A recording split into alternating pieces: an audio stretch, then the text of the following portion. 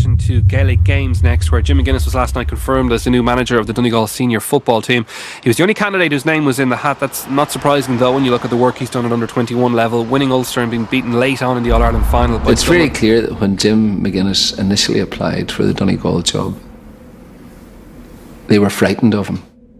His methods were novel and controversial. He had brought Glenties to a Donegal championship, playing very, very negative defensive football, but it won them a Donegal championship. There was a sort of sense of, well, we can't give you the senior job, but we'll let you take the under-21s. As things turned out, I mean, they won the Ulster under-21 championship, and then of course he brings them to an All-Ireland final. Well, when Jim McGuinness took over, there was a 4-hour meeting in Downings. From what I've been told, they were convinced that they were going to win an All-Ireland. Jim said, come July this summer, you shall have an Ulster medal in your back pocket. I mean, I was at one of their training sessions, and I mean, it was the most grinding training that you could, imagine. It was brutal. I remember we used to come home at night and you just go straight to bed to be that tired, and you're not able to sleep because you're that sore from training.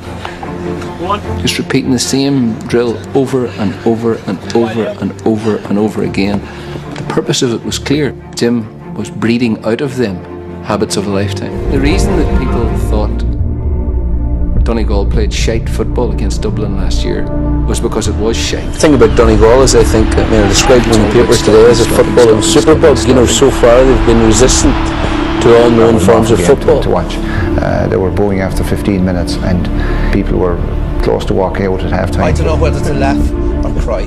I can understand the effectiveness of this defensive system. I can understand that they're not in the business of entertainment, and I can understand that it's all about results. And Donegal people won't give a tuppenny if they win the All-Ireland producing this after football.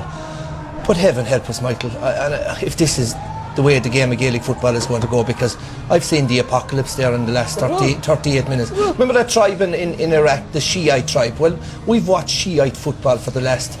there's people go to the Hague for war. There's people go to the Hague, Michael, for war crimes. I'm telling you this, some of the coaches nowadays, and some of the coaches should be for crimes against Gaelic. If I pay €27, I'd be demanding my money back because I got damn poor value from an atrocious game. I would agree with all the comments that Colin made. Gaelic football, as Donegal wanted to reduce it to, would degenerate into a shambles. A game which involved one team stopping the other team from playing. Who's a brilliant footballer, might be lucky to get a shot off against Donegal, never mind score a point from play. It was appalling stuff.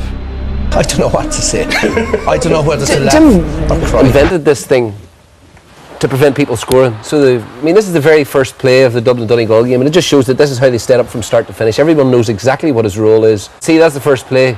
That perimeter outside that scoring zone, there's a perimeter there. You're not allowed into that. You'll shoot from out there. Inside there are two forwards. They're both being double marked. Now Dublin very successfully for maybe 20 minutes shot from out there, but very quickly they started to become worn down. You'll see that the Donegal inside defenders are not only protecting the goals, but they're always facing the play, so they're attacking the man on the ball. They're never turned running towards their own goals, which is how most teams score their goals. You get a defensive team on the run. Donegal are always in position. So you try to come inside into that scoring area. There's just no room. They're all over you. This defensive system remains the same. It doesn't change. Everyone knows his job. It's entirely robotic, and what it does psychologically is it just wearies you and breaks you down, because eventually people like Bernard Brogan, who are used to scoring, used to being on the ball, they don't see the ball. When Colin Cooper played against this in 2012, he played well for about the first 5 minutes, and then he was anonymous. It is the laws of physics. Now this is near the end of the game, and we're back to exactly the same system that you saw in the first play. So this remains constant. The other thing, of course, that they do is they run very, very hard out of the defence. They're not soft in themselves.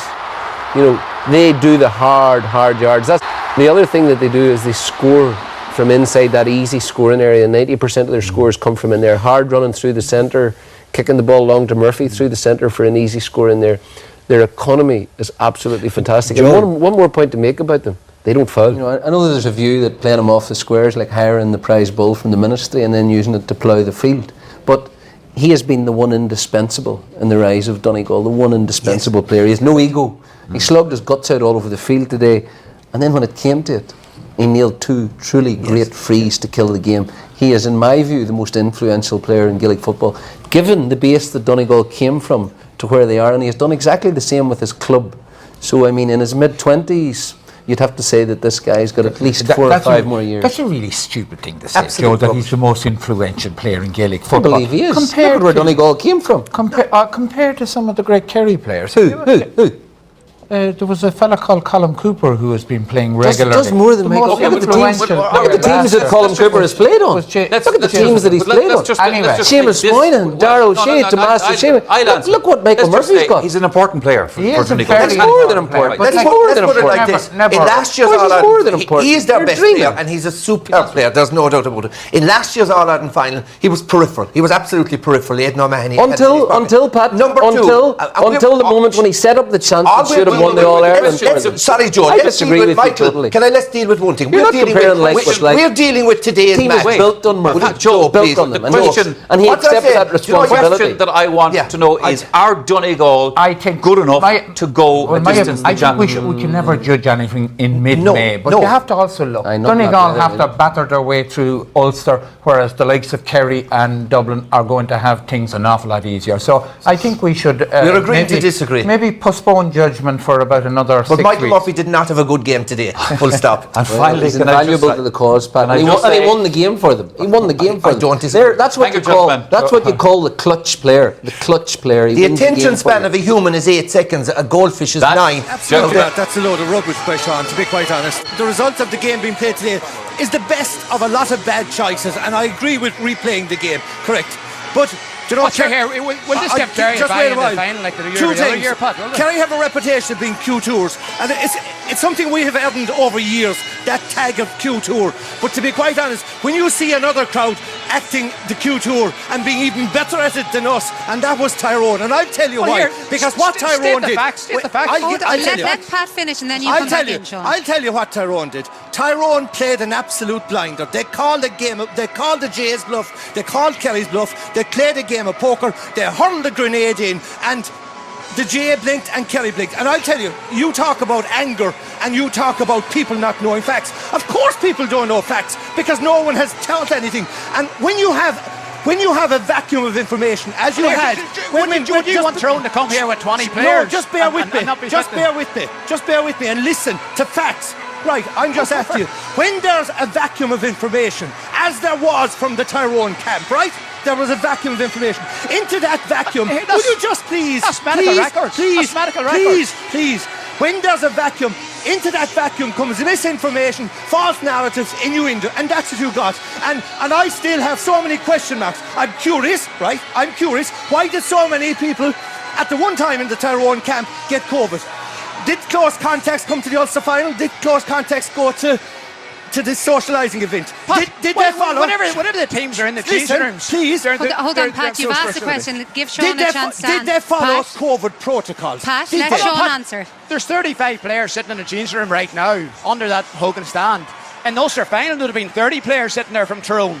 Is there a chance that they might have been close together? Of course there is. They're tackling one another in a warm-up room. Please ask the question. How about putting the other question? How come there was no COVID case with the Limerick hurlers last week? There was no COVID case with the Cork hurlers. I'm not a doctor, but I can tell you that there was 8 or 9 players I know of in that There was no COVID case. There was no COVID case with the Kerry camp, and we know that all.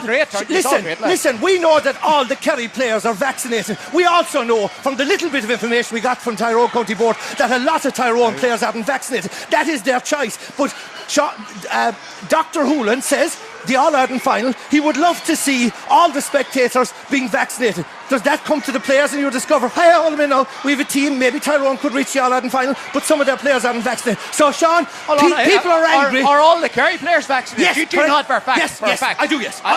You've seen their medical records. I know for a fact that every Kerry player is vaccinated. And you know the Tyrone players are. Controlled here by Carol Lacey. If you give a ball like that to the man-child, there's only going to be one result. Beautifully in there to Murphy. Great shot. Teams aren't supposed to win All-Ireland when they're so supposedly in transition. Yeah, look, the transition talk. I think Joe Bradley told us the production line was finished in Kerry. Well, Joe Bradley, what do you think of that? Yeah!